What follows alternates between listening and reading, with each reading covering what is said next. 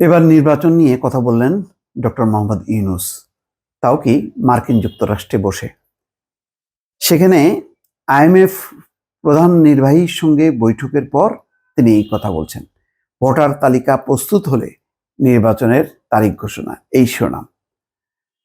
খবরে বলা হচ্ছে, দেশের সংস্কারের বিষয়ে ঐক্যমত্যে পৌঁছে ভোটার তালিকা প্রস্তুত হয়ে গেলে নির্বাচনের তারিখ ঘোষণা করা হবে বলে জানিয়েছেন প্রধান উপদেষ্টা ডক্টর মোহাম্মদ ইউনূস। গতকালকে জেনারেল ওয়াকারুজ্জামান তিনি আশা করেছেন যে 18 মাসের মধ্যে, অর্থাৎ 1.5 বছরের মধ্যে নির্বাচন হবে এবং গণতান্ত্রিক প্রক্রিয়ায় উত্তরণ ঘটবে। সেই কথা বলার একদিন পরেই ডক্টর ইউনূসও তিনি নিউ ইয়র্ক থেকে এই কথা জানালেন।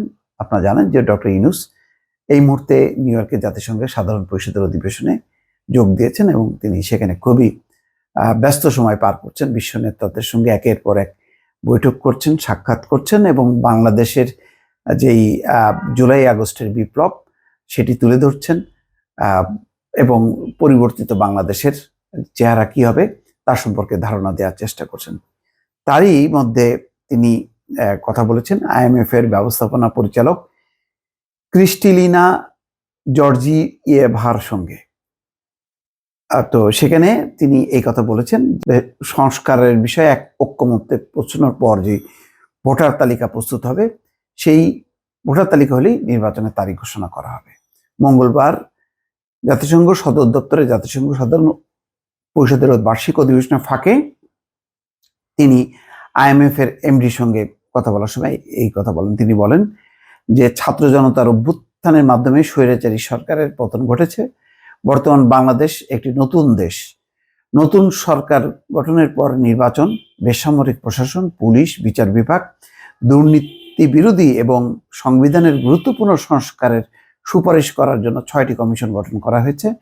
কমিশনের সুপারিশ নিয়ে সরকার রাজনৈতিক দলগুলোর সঙ্গে আলোচনা করবে জানিয়ে ডক্টর ইউনূস বলেন, সংস্কারের বিষয়ে ঐক্যমত পোষণ করা হলে এবং ভোটার তালিকা তৈরি হলে নির্বাচনের ঘোষণা করা হবে। আইএমএফ এর প্রধান নির্বাহী ক্রিস্টিলিনা জর্জিয়েভার এই উদ্যোগে ডক্টর ইউনূসের প্রতি সমর্থন জানান। ঋণদাতা সংস্থা এই সরকারের জন্য আর্থিক সহায়তার বিষয়টি দ্রুত ট্র্যাক করবে জানিয়ে জর্জিয়েভা বলেন, তিনি বাংলাদেশে আইএমএফ এর একটি দল পাঠিয়েছেন এবং দলটি এখন ঢাকায় আছে। আগামী মাসে দলের সদস্যরা আইএমএফ এর পরিচালনা পর্ষদের কাছে তাদের প্রতিবেদন জমা দেবে। জর্জিয়েভা বলেন, আইএমএফ বোর্ড দলের প্রতিবেদনের ভিত্তিতে বাংলাদেশের জন্য একটি নতুন ঋণ দান কর্মসূচি শুরু করতে পারে অথবা গত বছরের শুরুর দিকে চালু হওয়া বিদ্যমান সহায়তা কর্মসূচির আওতায় আরো ঋণ দিতে পারে। এছাড়া বাংলাদেশকে পরিবর্তিত দেশ আখ্যা দিয়েছেন আন্তর্জাতিক মুদ্রা তহবিলের ব্যবস্থাপনা পরিচালক ক্রিস্টিলিনা জর্জিয়েভা। তিনি বর্তমান বাংলাদেশকে বাংলাদেশ 2.0 আখ্যা দিয়ে দেশের সংস্কারের উদ্যোগকে সমর্থনের প্রতিশ্রুতি দিয়েছেন।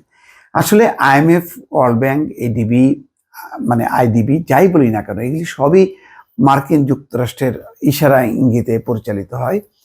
বিশ্বে কোনো দেশ যদি সংকটে পড়ে, তারা যদি মনে করে যে না মার্কিন যুক্তরাষ্ট্র যদি সিগন্যাল দেয়, তখন তারা এগিয়ে যায়। তো বাংলাদেশের ক্ষেত্রে দেখেন, মার্কিন সহায়তা বাংলাদেশের যে টিম এসেছিল, তারা যখন নাকি 20 মিলিয়ন সহায়তার কথা বলল, অনুদানের কথা বলল, সাথে সাথে কিন্তু দেখেন মানে ওয়ার্ল্ড ব্যাংক, এডিবি, জার্মান সমস্ত দেশ কিন্তু এগিয়ে এসছে। এবং এই ব্যাপারে এখন আবার জো বাইডেনের সঙ্গে যেই বৈঠক হয়েছে এবং যেইভাবে তাকে অভিবাসন মানে সম্বর্ধনা দিয়েছেন বলা যায়, স্বাগত জানিয়েছেন, যেভাবে করমর্দন করেছেন, বুকে জড়িয়ে নিয়েছেন, এই ঘটনাগুলো নিশ্চয়ই পশ্চিমা দেশগুলো আরো প্রভাবিত হবে এবং বাংলাদেশকে সহায়তার ব্যাপারে তারা দৃঢ়ভাবে এগিয়ে আসবে বলে অনেকে মনে করছেন। দর্শক ভালো থাকবেন, আল্লাহ হাফেজ।